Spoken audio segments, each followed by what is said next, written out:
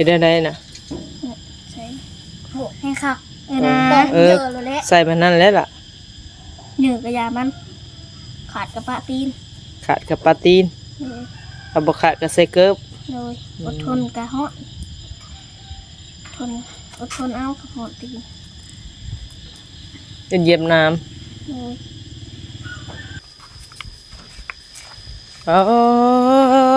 ที่เด้อโพดโพถมหัวน้องดอดเลยไผคือขนมาเก่งแท้นี่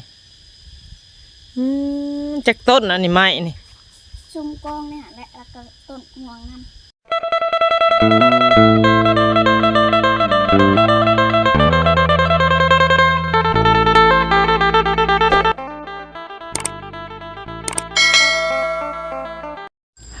พี่น้องกับทักทายสบายดีเด้อเนาะ FC วัดสุขสุขคนพี่น้องนี่ก็เนาะหน้าบ้านเนาะสมโอพี่น้องปลูกดอกเราเรืองใส่โอ้ขางนี้ยังมีต้นดอกเราเรืองคือว่าไปปลูกขางนั่นบ่โอ้จะสิปลูกหิมนี่ไว้ยันเกะกะทางไปทางมาติดเบิดเด้นี่เนาะดอกดาวเรือง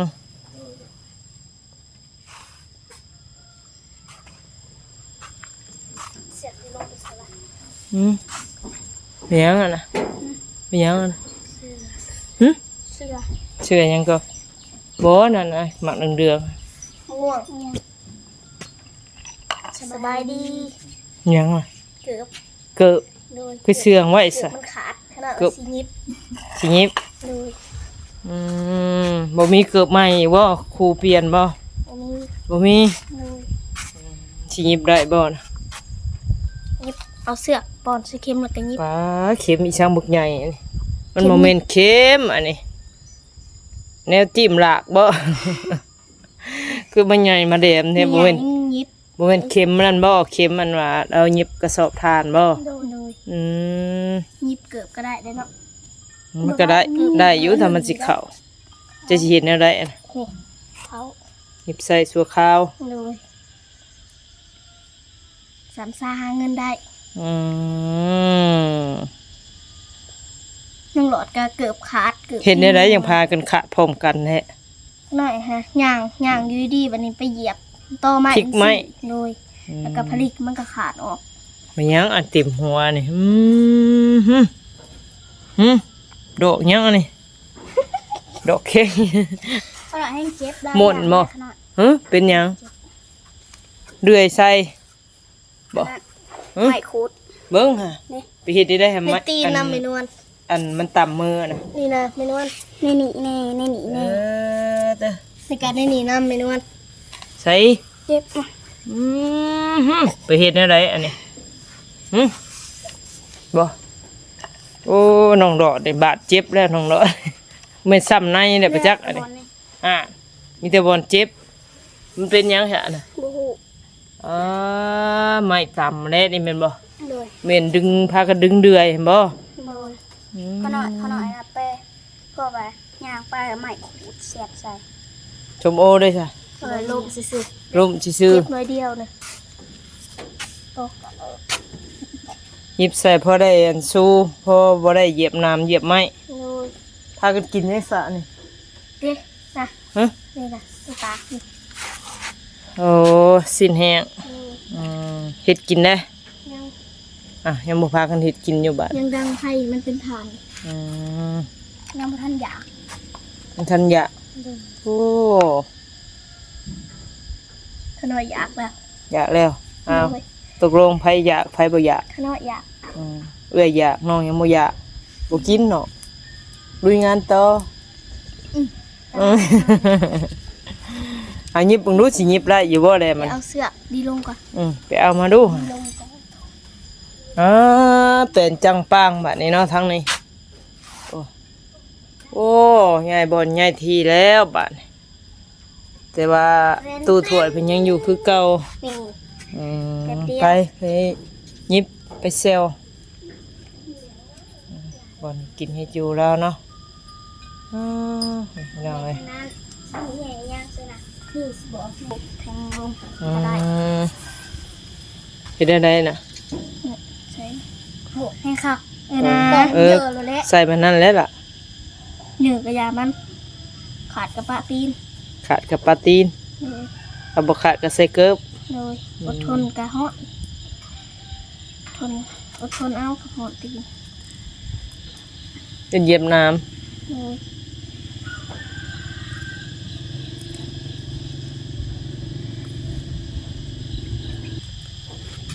สิเลาะอยู่บ่สมโอนี่เอ้านี่เป็นอยู่บ่บาด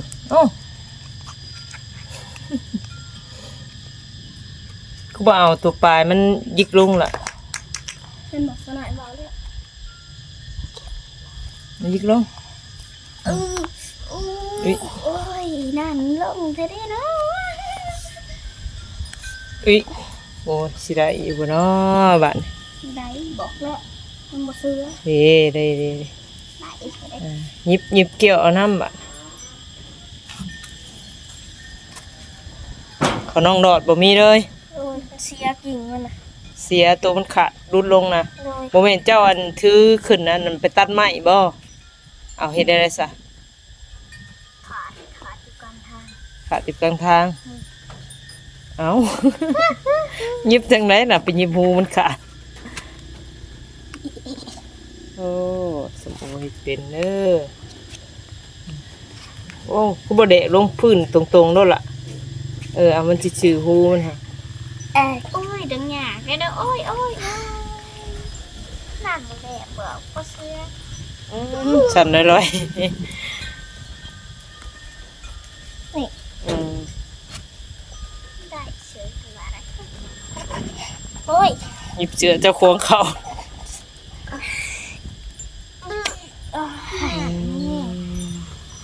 ขาดคือเรา มัดบัด ตัดนี่เห็นอะไร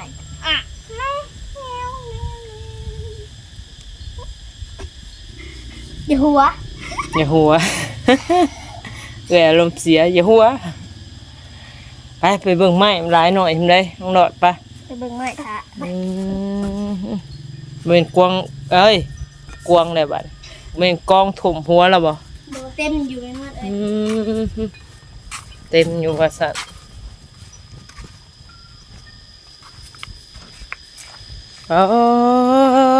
ที่เด้อโพดโพถมหัวน้องดอดเลยนี่ไปคือขนมาเก่งแท้นี่จักต้นอันนี้ไม้นี่ ซุ่มกองเนี่ยและแล้วก็ต้นม่วงนั่น ฮะ ต้นมะม่วงมึงนะดี โอ้จักล้อจือวะ ต้นม่วงนะ มาจือซับบ่ 3 ล้อ ห้า 5เด้ต้นเข่งเด้ สี่ 4ห่างก็ได้4 ล้อโอ้โตบ่ธรรมดาเนาะเฮ็ดทานเฮ็ดทางไหนหม่องเก่าพุ่นบ่ มียายังคิดอยู่ ยังคิดอยู่ ดู ไปฮ้อนแดดเข้าห้อง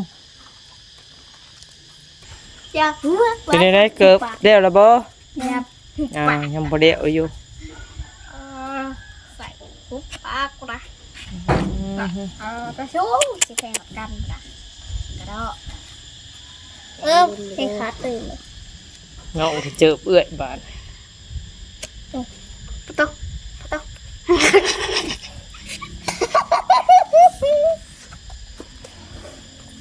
ปะเตอ ให้ขาดออก ยังขาดเพิ่มบ่ ยิบเกิดไว้ดีมันยังขาดเพิ่มเติม คนหมากเลยเนาะกับรังอีกนี่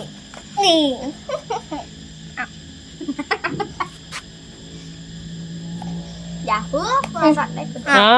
าใส่ขาดเติมบ่โอ้ยยังขาดเพิ่มเติมบ่ โอ้ดีได้ใส่ใส่ระเบิด ยังแล้วบัดนี้ เอาไว้ดังไฟซะจีบเถอะมาเลย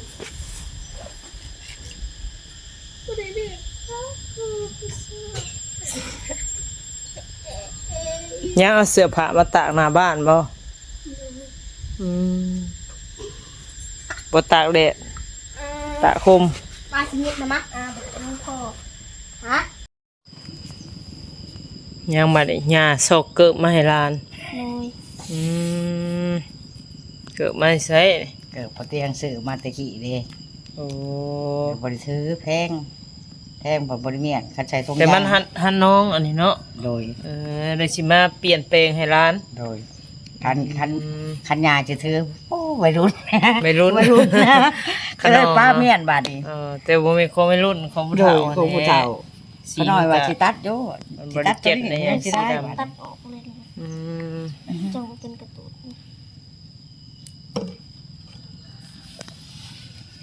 ตัดออก ยังทอยอีกเอาไปให้แจนดี โอ้ ไปให้ เสียวได้เนาะชมโอ ครับดี เกียนงา ไป ม จะไปกดขี่นั่น ๆใจสบาย ตัดเนี่ย ก็จะได้ถือเป็นโยได้ถือ เก็บเกิดมาให้ร้าน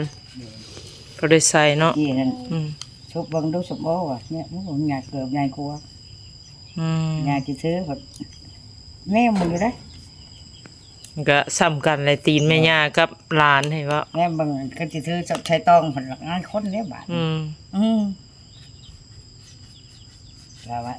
ใครบ่ได้เด้อ พอได้ไปเฮ็ดเวียกเฮ็ดงานเนาะ เด้อ เนี่ยนะตีเราเบอร์เก่า เบอร์เก้า โดย ตีนเจ้าได้ซะ เบอร์เก่าคือหยา เนื้อจับนี่ ดิ เอา งา ขึ้นเบิ่ น งบัดนี้ คือได้เด้บ่า อุ้ยบัวที่แลนนี่นั่น อ่า คือแลนงานบัวแลนน้ำผู้บ่าว อืม ใครก็บริซื้อหรือว่าบอกงาม อืมเอาตัวหางมันออกก็ใส่ได้เลย ๆคิดว่าตัวนี้ขาดได้จังคิดได้ซื้อว่าคิดอยู่ในใจ อืม ตัวนั้นก็ซื้อไปวางแล้วนี่ก็ปะแต่นั้นเขาซื้อให้ตัวนั้นซื้อตัวนี้มากบาท อืม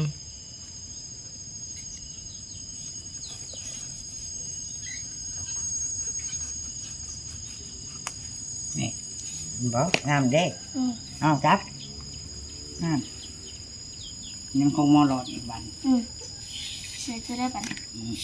หาโซมมาให้ร้านอีกบ่ นั่นแหละ มีอยู่บ่ จะว่ามืดแต่ที่บัน อืมก็ได้ใส่ได้ซบเด้ให้มันเพียงกันแน่ส่วนข้างนั้นน่ะตัวนั้นนะตัวข้างนี่ถ้ามันเพียงมันเดี่ยวไปมันคือแบบเกือบซบแน่บ่วางเด้อซอยมือเจ้าของนี่ เขาบอกเขามีตัดไดโอนะขังเสือขังในเด้อ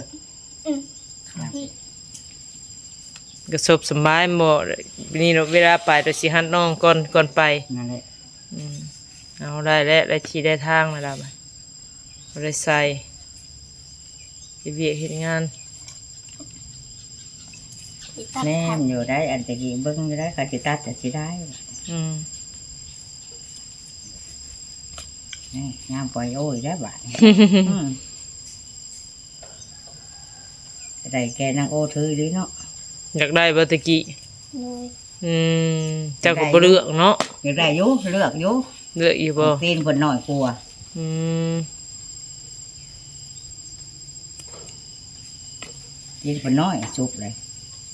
จับเลือกขึ้นมาก็เตียงมาให้สุกโอถือมันก็สุกโอใหญ่ใหญ่ก็ใช้ได้ เราเตียงเอากระเป๋าหายไปหยาให้หยาเราเตียงว่ะหายถือหายไม่หยาถือเขาป่าก็เลยหายจนดึงเลยว่ะ ยังบริพายทั้งไรจะได้กระเป๋าเป็นเอาให้ก็ได้ เพลงถนอมไว้ เองหอยไว้ที่นั่นแหละ บ่เห็นเพิ่นให้เก็บได้เพิ่นให้มาใส่ ไม่ใช่ เออเอามาเก็บก็ซ้ำบ่มีคือเก่าหั่นแหละเพิ่นให้เอามาใส่เจ้าของมันเก็บไว้ก็ซ้ำบ่มีคือเก่า ยังหอยไว้อยู่ อืม เป็นยัง โอ้ยหังก็สิปิ้งสิบาท ทานคนบอนะเป็นไรทานบอันนี้หมดมันนะ อืม มันบีบบ่ได้ใส่นี่หมดตอนนั้นบีบ อืม เอาใส่ ตั้งเอาบ่หรือว่าคำมามันเปิดเอง เปิดเอ เปิ ง ดเอง อ่ะเปิดเองจังไรวะแม่นวลงงเทื่อนแม่นวลบ่คือว่าบ่เปิดเอง มีนอนกับลงปะมันเบิ้ง ปะเบิ่งบ่ โดยมันก็ ป้า เปิด มัน เอ ก็ ง หมดเองเปิดเอง แม่นบ่ ตื่น บ่ เช้ามา ได้ ตื่นเช้ามาก็หมดเอง บ่เปิดได้ เปิดเลย แปลก มันถือมันบ่ถือแดด ตัวนี้ บ่ ซา จัก จังหน่อย บ่ฮู้เด้ ซากว่าตอนนั้นกัน โอ้ แต่ว่าไปกับผ่าแตกผ่าดังมันเป็นคนแหละ อื ดับ ม ตัวนั้นบ่ดับตัวใหญ่บ่ดับตัว อื ใหญ่ดั ม บ ฉันบ่ ผ่าไผ่นี่เรื่องเมาร้ายบัด สมโอปิ้งเองล้นไผ่เด้อไปเจ้า ว่าละสุกปีกจะล้นไผ่อยู่ เอาไว้ไผ่ข้างนึง ทุกคนปีกอยู่เอาออกขึ้นมัด อืม เอามัดแต่วันนี้มันบ่สุกแล้วดังขึ้นบ่ได้ อืม มา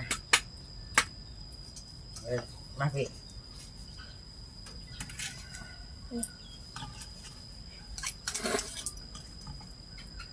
ได้ก็รอพวกตอนกินก็ได้ โอ้ย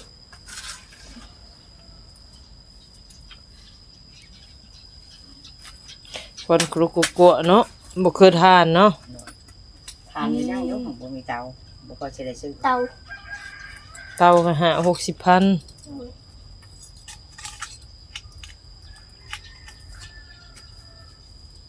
คนห้ามยามเฮาจะปิ้งเจีนะ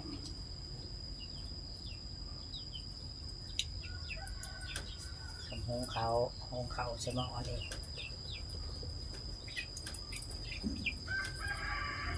เอาของน้องดอดไปใส่เลยสลบเลย ไปใส่อะไรหลอดไปใส่อะไรจะลืม สลบแล้วเนาะสมโอโอ้เป็นเนาะโล่งบ้านนี่ ลง เย็น โล่งแล้ว การออกเมื่อวานนี่ลงไปเศร้านี่ สบาย ตัวเจียนตูนคิดเอาคนเพื่อนหรอคิดอยู่ในใจเดี๋ยวคนสังตูก็แม่นเฮาแบบว่าเฮามากเนาะมากตรงในมากมัดขาวคาง อืม ตอกใหม่บัดใส่ใหม่แอมใหม่ได้ เอาคือว่าจังซั่น อันสมมุติเนาะเฮาสิเห็นมากเฮาเอาผ้าออกก็บ่คักสมมุติเฮาอยากให้เลาะเฮาอยู่น้ำแหน่เด้ยำอันน่ะ เนี่ยเสียออกเบิดนี่ เอาออกหมดแล้วเฮาตอก ให้มันโล่งเลยบ่ มันโล่ง โล่งเลยก็โล่งเลยเด้ โล่งเลยก็บ่โล่งปานใดแหละ อืม เอาออกค้างออกอย่างนี้ก็จังเดี๋ยวก่อนจังใส่ใหม่นะ อืม ก็ใส่บางเทื่อก็ใส่ขางหนึงแล้วก็สิจงไว้ขางหนึงจงไว้พอได้เลาะสุกประมาณนั้น รอสุก เอาใหม่พอให้เลาะอยู่น้ำแหน่ ดีใหม่เลยดิ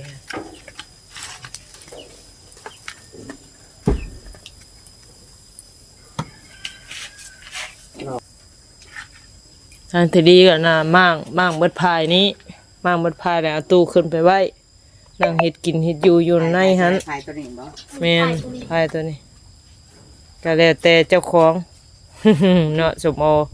ว่าสิเฮ็ดจังไดไอ้ทางหัดที่ดีเฮานี่มั่งออกพายนี่เอาตู้ขึ้นเทิงแล้วมานั่งเฮ็ดกินเฮ็ดอยู่ข้างในก็ได้มันก็โด่ง แม่นแต่เวลามันฝนตกฝนยังเลาะก็ไปให้ตากแดดได้ ลอกเข้านี่ก็ได้ นั่นแหละคิดอยู่นี่คิดเพื่อเอาเลาะเขามาเมียนน้ำแหน่ อืมเอาเอิ้นหยังน่ะ ง่ายหน่อย เอาเข็มละ เฮ็ดหยังน่ะ เหี่ยเค็ม อืมเอาบ่เห็นหุงแล้วให้ร้านแย่เค็มให้ละบัดต้นหมากแปดนี่ก็เขียวอมทุ่มมีแล้วเนาะ เกี่ยวบ่เป็นดอกบ่ โอ้สิเป็นหมากแล้วบัดนี้ฮะ เดี๋ยวเห็นหมากกระดอกกระแดอยู่ได้ล่ะ อืมเนาะ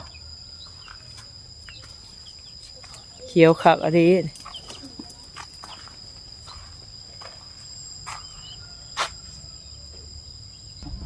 ก็พอให้เดียวหา อื จาน กำลังกินข้าวเที่ยงเบิ่ง โดย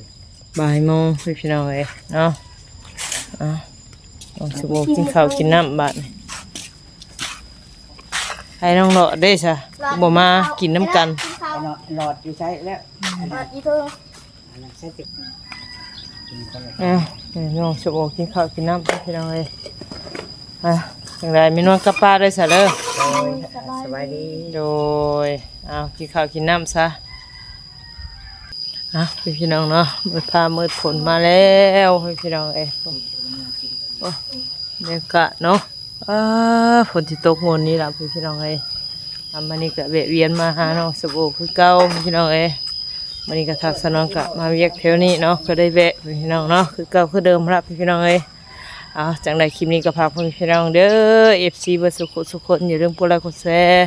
และกดติดตามให้ทักสนองนี่เด้อเพื่อพี่น้องเอ้ยเพื่อมีกำลังใจสู้ต่อเนาะเอาจังใดคลิปนี้ไปแล้วพี่น้องก็กล่าวคำว่าสบายดี